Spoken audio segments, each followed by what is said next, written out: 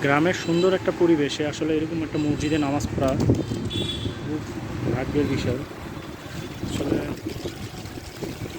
সুন্দর একটা পরিবেশ, এরকম একটা স্তব্ধ বাতাস এবং সুন্দর প্রাকৃতিক পরিবেশ যেটা সবাইকে মুগ্ধ করবে। মাওয়ার এই সাইডে চলে আসতে পারেন। এই যে পদ্মা ব্রিজের পাশেই আপনার শ্রীনগর লৌহজং যাওয়ার যে রাস্তাটা, এই রাস্তার পাশেই এই মসজিদটা। এই জায়গায় এসে এখানে একটু সুন্দর বাতাস খাবেন আর এই প্রাকৃতিক পরিবেশ উপভোগ করবেন। খুবই ভালো লাগবে আপনাদের, আমারও অনেক ভালো লাগতেছে। অনেক সুন্দর পরিবেশ, চোখের দৃষ্টিতে খুবই সুন্দর এই জায়গাটা। তো আশা করি আপনারা মাওয়া ঘাটে বা পুরান ঘাটে নতুন ঘাটে ঘুরতে আসলে এই জায়গাটায় ঘুরে যাবেন।